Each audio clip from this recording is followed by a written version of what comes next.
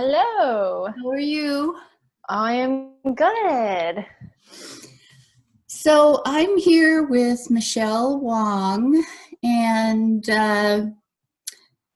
we're going to talk about perfectionism. So Michelle she is the founder of the Nonlinear Path, and I'm going to actually let her tell you what she does before we get started talking about perfectionism. Awesome. Yeah. Should I introduce myself?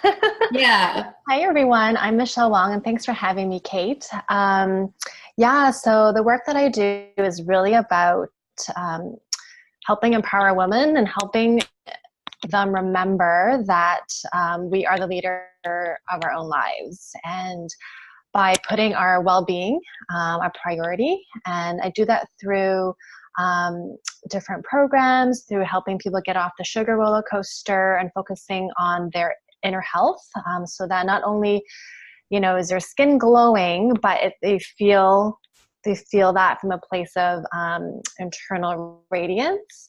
And I have a business also where I help with mentoring women and stepping into their own financial leadership as well. Great. So I recently had Michelle on my radio show talking about self-care because she did a 57-day self-care challenge, and she just happened to mention that she was a perfectionist, and I know I've had a few clients that have struggled with that too, and so I thought it'd be good to talk about it. Mm-hmm. Yeah, I think that's one topic that, we can spend hours talking about it. It's so prevalent, especially in women, just the need to be perfect. And that is, I think, our own mentality of what perfection is so different compared to other people. And it's something that we've all just kind of created in our own minds. And so, yeah, I'm happy that we are talking about this.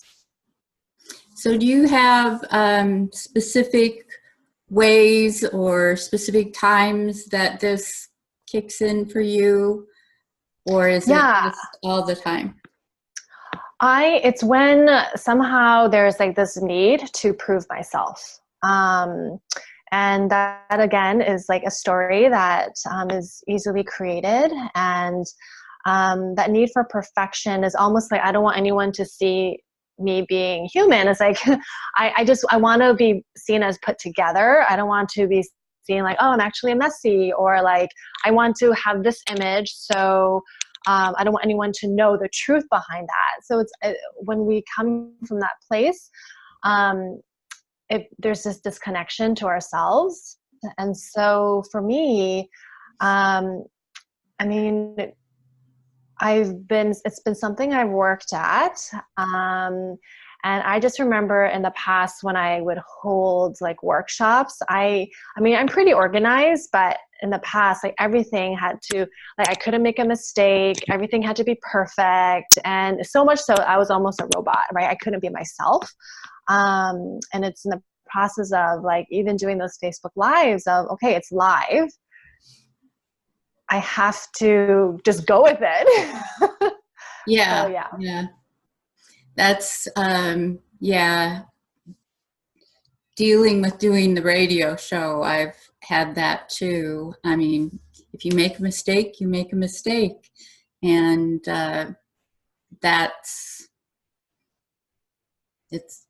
you can't be perfect. No. And I even remember when I first started my business, like I would do like pre-recorded videos.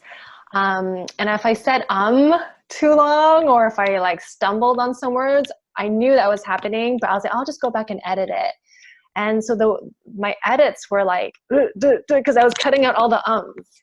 I was like, I don't want anyone to think that I'm, making mistakes in my speech. It got like very, I don't know, it was a little too like detailed. Yeah. So yeah, and like anyone else watching something like that, it wouldn't have even occurred to them, you know? Yeah. So you mentioned that you'd been working on it. Hmm. Yeah, and so part of it is just us like doing that inner work of, you know, like I'm not meant to be perfect, and part of it is also observing other people. I learn a lot just by being an observer, and I learned that the ones like the people that I resonate with the most are the ones who just show up authentically, right? It's not perfect, and by perfect, I mean they're just themselves. And that really, like, it just implanted this like a thought, like, oh, like I don't have like nothing, like nobody notices. No, Right, it just doesn't also feel. it's you know, you try to be perfect, and then if you come anywhere close to succeeding, um, people aren't going to be able to relate to you That's very true. because people, you know, when they've done research and everything, people relate to people that they see as being like them. So they relate to other people who make mistakes and have faults. And like when we, well, not we, but when people watch reality shows or Hmm. watch YouTube videos, they like the people that are goofy and quirky Right. and Yeah. that they say, oh yeah, they are like me. Yeah, and that creates that connection. And so that's when I started noticing like what it meant, like for me and just my own insecurities of, um, I don't have to fit into this box that's not even real, you know? Hmm. So yeah, it is hard though. I mean, it's hard to get out of because Well, we start out in you know, like school. I think they start teaching us that, you know, you've got to get it right. You've got to, you know, behave this way.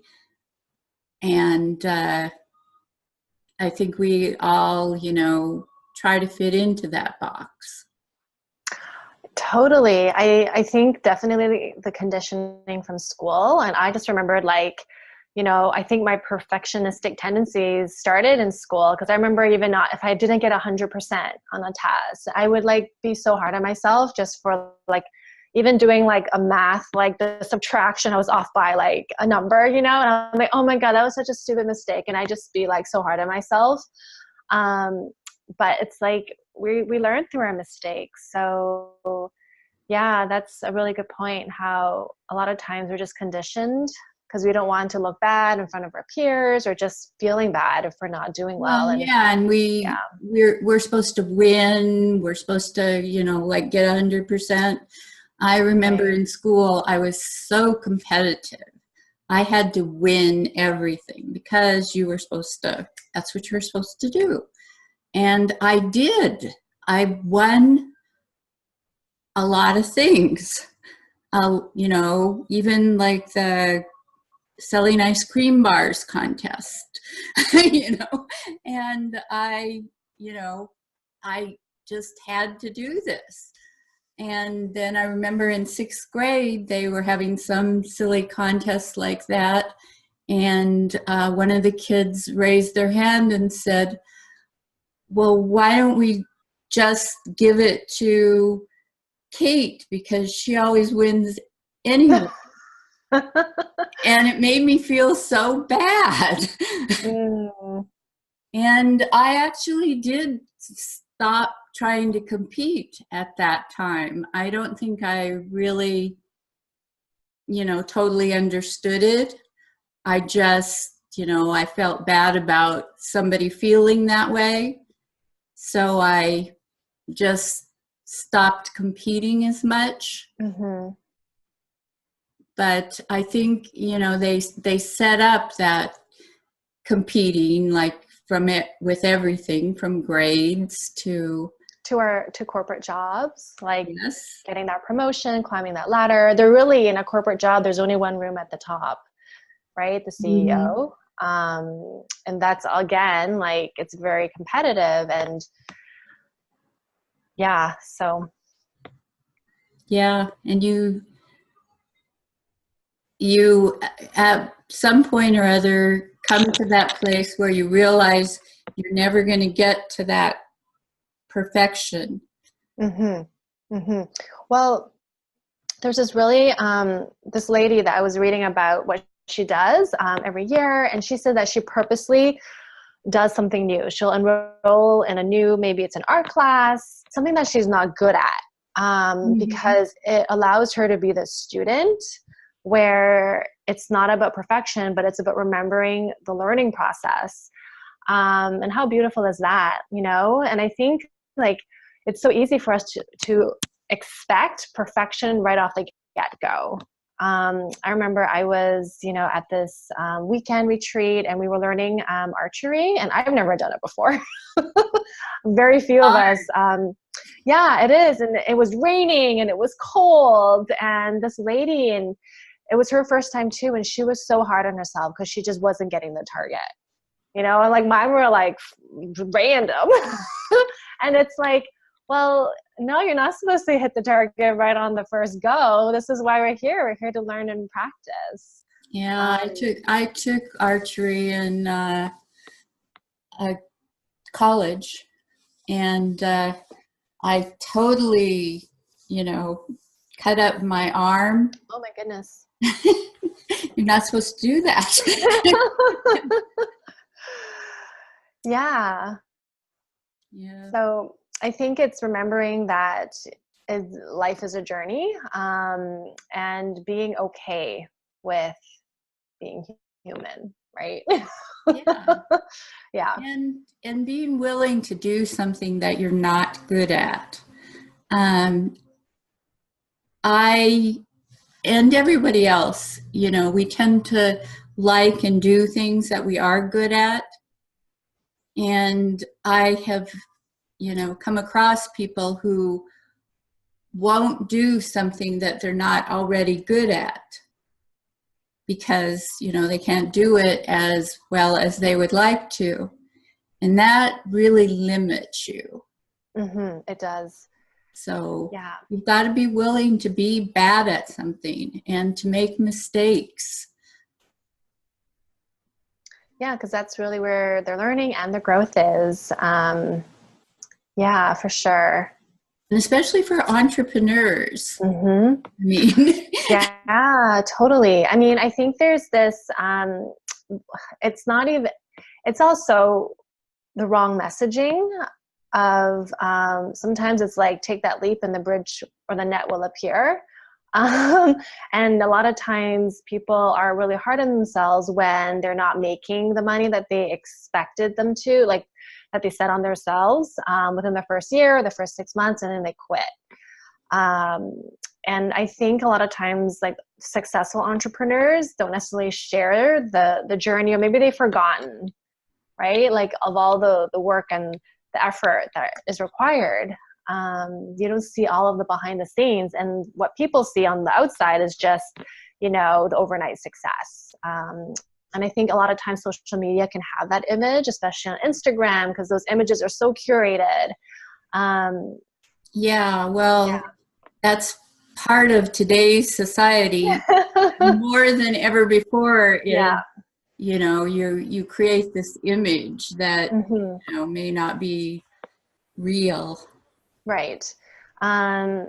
Or just the comparison. I think a lot of times that's when we start defeating ourselves from the perfection standpoint, because we start comparing our journey to someone else's. And that happens to me as well. I'm not like free of that. I'm just aware when that happens, and it does not feel good.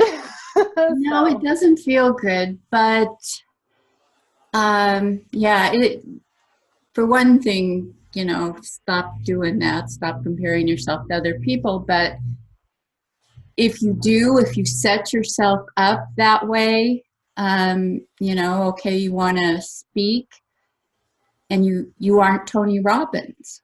Yeah. You'll never be Tony Robbins. Yeah. So should And you not everyone understand resonates that? with Tony Robbins, you know? So, Yeah. yeah. So, I mean, but you may be a, you know, uniquely talented speaker in how you impact people. Right. If you keep doing it, I mean, you're not going to have that right at the start, but if you work on it, whatever your gifts are, you will learn to express them. Mm-hmm. Yeah, and it's one of those like we're uniquely ourselves, so we have our own talents that we bring that no one else has. So it's really about owning that and honoring our gifts. Yes, true. But Yeah. it's hard to see that when you have that. A comparisonitis. Well, comparisonitis, and then that perfectionism where you've set a Right. standard for yourself that you know you haven't reached yet, and you just Yeah. Well, one of the things that I sometimes I'll do is I'll reach out to friends that I trust, and I just say, hey, like what, like give list like the top 3 strengths that you think I have, like my top 3 strengths. Like sometimes like because a lot of times we don't see our own strengths, and that's why we feel like we have to be a certain way or whatever. And like the answers I get back are so amazing that I'm like, wow, like this is what people see of me. Um, and that, you know, it is like it's a confidence boost, and it's a reminder of like who I am is completely enough. You know, I don't have to try to fit into this mold that I created for myself, some standard that I can't reach. yeah. And where did you get that to begin with? Right. Probably from outside of yourself. Yeah, or of trying to live up to, you know, standards from a parent or from like you know, authoritative figure. Yeah, parents and teachers and that, they well-meaning, but sometimes it impacts us in unexpected ways. Mm-hmm. Totally, totally. Yeah. So, So if you could, you know, give people some advice, what would you want to tell them about? yeah, well, I like in terms of imperfection, I imperfection, in my opinion, is really tied to our view of ourselves and our relationship to ourselves, right? And our self-love, our self-compassion, self-care. And those are pretty big words that tends to be overused in today's day and age. Mm-hmm. But in terms of just deepening our relationship to ourselves, I think that is really, really important. So, you know, if for me, one of my practices is to journal and to sit and just to breathe and meditate. And it doesn't have to be this huge, big thing. It's even 5 minutes of sitting with a timer and just breathing. And I always recommend starting small, but start to cultivate that loving relationship with yourself. I think is a really great first step. I mean, that feels really big, and maybe not even having that as a goal, but just saying, okay, well, I'm going to start journaling more and seeing what thoughts come up. And especially if there's these thoughts of somehow I'm not good enough, because that's where that perfectionism comes from. Mm-hmm. Write down what those thoughts are. And it's like, once you see it on paper and that those are really mean thoughts, it's like, whoa, like where did that come from? Because none of it is true. And we wouldn't talk to a friend like that we really Yeah, love. if So, you catch yourself thinking negative things about yourself, you know, ask yourself, what would you say if somebody was saying that about your friend? yeah. You know, Yeah. so most of us would, you know, tolerate that.